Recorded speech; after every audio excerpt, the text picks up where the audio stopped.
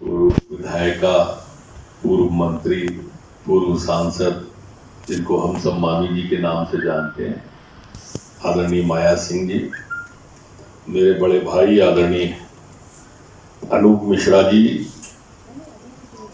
आदरणीय सतीश सिंह सिकरवार साहब, जय सिंह जी, राकेश जालौन जी, देवेश शर्मा जी, पूर्व जिला अध्यक्ष जयप्रकाश राजौरिया जी, मधुसूदन भदौरिया जी, धाकड़ साहब, श्रीमती सुमन शर्मा जी, मंच पर आसीन ग्वालियर में हमारे ग्वालियर के सम्मानित लोकप्रिय सांसद आदरणीय विवेक शेजवलकर जी, हमारे भावी विधायक, पूर्व विधायक आदरणीय मुन्नालाल जी, भोपाल में हमारे साथ में बैठे हमारे प्रदेश के सम्मानित उपाध्यक्ष आदरणीय ब्रजेश लूनावत जी, आदरणीय गोटिया जी, आदरणीय कोठारी जी, दुर्गेश जी, महेश जी, आदरणीय शर्मा जी, मनीष जी, अन्य यहाँ उपस्थित सभी पार्टी के वरिष्ठ जन, सुधीजन मुझे सुन रहे। अभी मैं देख रहा था मेरे बड़े भाई जिनसे हम प्रेरणा लेते हैं, आदरणीय गौरी शंकर बिसेन जी, परम श्रद्धेय जोशी जी के चरणों में नमन करता हूं। आज सूक्ष्म रूप में हम सब कार्यकर्ताओं के बीच में वो सदैव उपस्थित रहते हैं, ऐसी हम सबकी मान्यता है, और वो रूप हमें हमेशा भारतीय जनता पार्टी को सदमार्ग पर चलने की प्रेरणा देता है। मेरे को एक किस्सा राजीव गांधी का याद आता है। उस समय जब राजीव गांधी जी थे तो इराक ईरान का अमेरिका बीच में आ गया था, युद्ध चल रहा था। झूठ नारे किस तरह के झूठे देश को दिए। तुम यहां पर देश के मुस्लिम तुष्टीकरण की जैसी कांग्रेस राजनीति करती है, उस करने के लिए जब अमेरिका हावी होने लगा सद्दाम हुसैन पर, तो राहुल गांधी हिंदुस्तान की तुष्टीकरण नीति के तहत युद्ध विराम के लिए बीच में समझौता वार्ता करने के लिए बिना बुलाए गए। तो कांग्रेस के लोग उन्हें छोड़ने एयरपोर्ट पे गए और नारा लगाया कि विश्व के अंदर दो ही नाम, राजीव गांधी और सद्दाम। लेकिन ये पहुंचे उसके पहले अमेरिका ने सद्दाम हुसैन को सल्टा दिया और गिरफ्तार कर लिया। ये खाली हाथ वापस आए। उस समय अमेरिका के राष्ट्रपति जॉर्ज बुश हुआ करते थे। तो ये एयरपोर्ट पे आए तो कांग्रेसी लेने गए और नारे लगा रहे थे कि विश्व के अंदर दो ही खुश, राजीव गांधी, जॉर्ज बुश। ये दो नारे के आधार पर ये कांग्रेस से, आप वहां से अगर मैं एक सीरीज गिराता चला आऊंगा इनके नारों की, तो आपको बिल्कुल यहां ले आऊंगा किस तरह से जनता को झूठ बोला और किस तरह से जनता को ठगा गया। 10 दिन में 2 लाख माफ कर देंगे, हो गए क्या? इसका जवाब कभी नहीं देंगे, हमसे सवाल पूछने लगेंगे।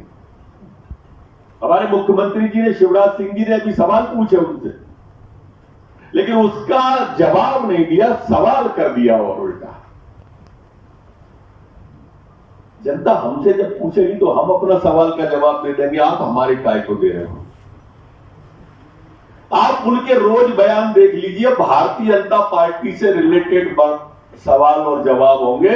उनने खुद ने क्या किया ये कभी नहीं बताते। कभी दिल्ली में रहे तो नहीं बताया, और मध्य प्रदेश के 15 महीने में हमने ये किया।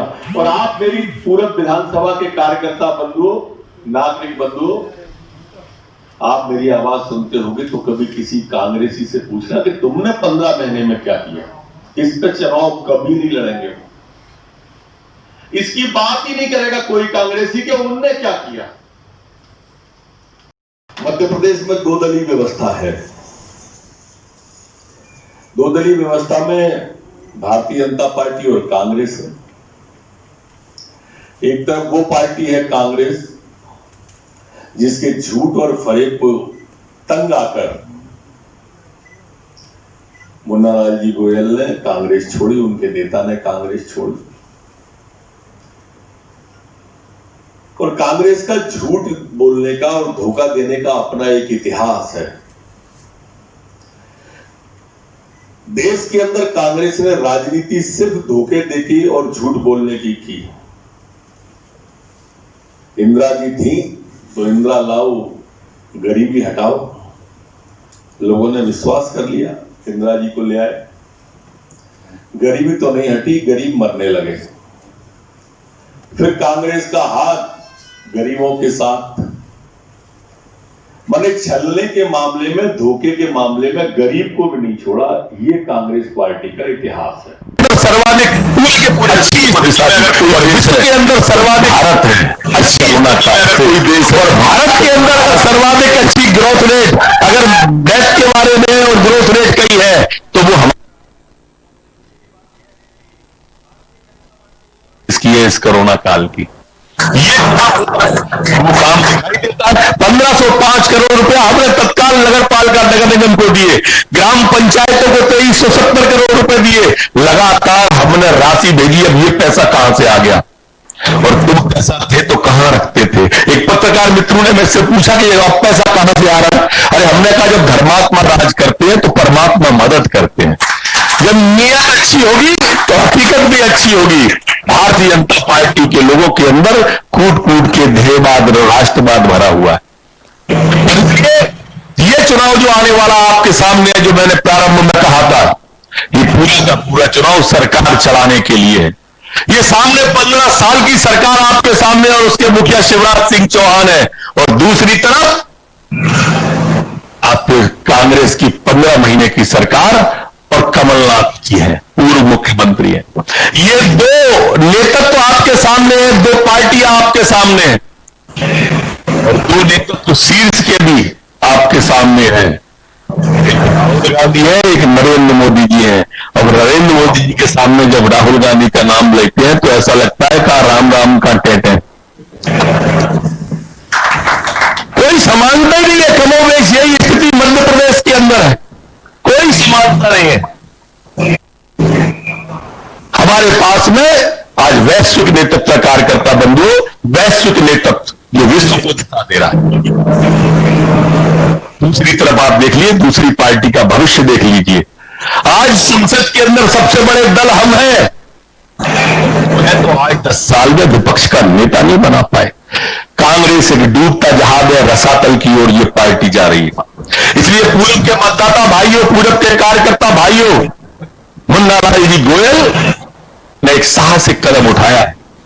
आज के दौर में कोई सरपंची और पार्षदी से इस्तीफा नहीं देता, लेकिन उन्होंने नीति और सिद्धांत के लिए, अपने नेता के लिए, मुन्ना लाल जी गोयल ने अपनी बल्दियत, राजनीतिक बल्दियत में ज्योतिरादित्य सिंधिया जी का नाम लिखा था। और इसलिए सरकारों के आने जाने का सवाल नहीं है। सरकार तो आती जाती रही है आदिकाल से आज तक। सामंतों के समय से, राजशाही के समय से सरकारों के सत्ताओं के हस्तांतरण ऐसे ही होते हैं। सवाल इस बात का है कि वास्तव में धोखेबाज कौन है। आज उन राजनेताओं की बात नहीं करते, हम बात करते हैं जनता से धोखा किसने दिया। और चुनाव ये डेमो कैसी है, यहां तो गिनती का खेल है। किसी शायर ने कहा है कि जमहूरियत एक तर्ज हुकूमत है, यहां बंदों को गिना जाता है, तोला नहीं जाता। ये गिनती का खेल है। गिनती थी सिंधिया जी के पास, और इसलिए उनने जनता के हितों की बात करी। जनता का चुनाव था, उनने कहा कि अगर ये मांग पूरी नहीं हुई तो मैं सड़क पे आ जाऊंगा। कमलनाथ जी बोले आ जाओ सड़क पे, तो वो तो नहीं आए, पर उन्होंने पूरी कांग्रेस पार्टी मध्य प्रदेश में सड़क चला दी। इसलिए सिंधिया जी ने जो निर्णय लिया वो धोखे देने वालों के खिलाफ लिया। मुन्ना लाल जी गोयल ने जो निर्णय लिया वो धोखा देने वालों के खिलाफ लिया। और उन्होंने विधायकी छोड़ी अपनी। ये विधायकी आम जनता के लिए छोड़ी है, अपने लिए नहीं छोड़ी। वैसे भी आप उनका फक्कर स्वभाव देखते रहे हो। आज कांग्रेस को पूर्व में प्रत्याशी नहीं मिल रहा ढूंढने से, और मध्य प्रदेश में नेता नहीं मिल रहा ढूंढने से।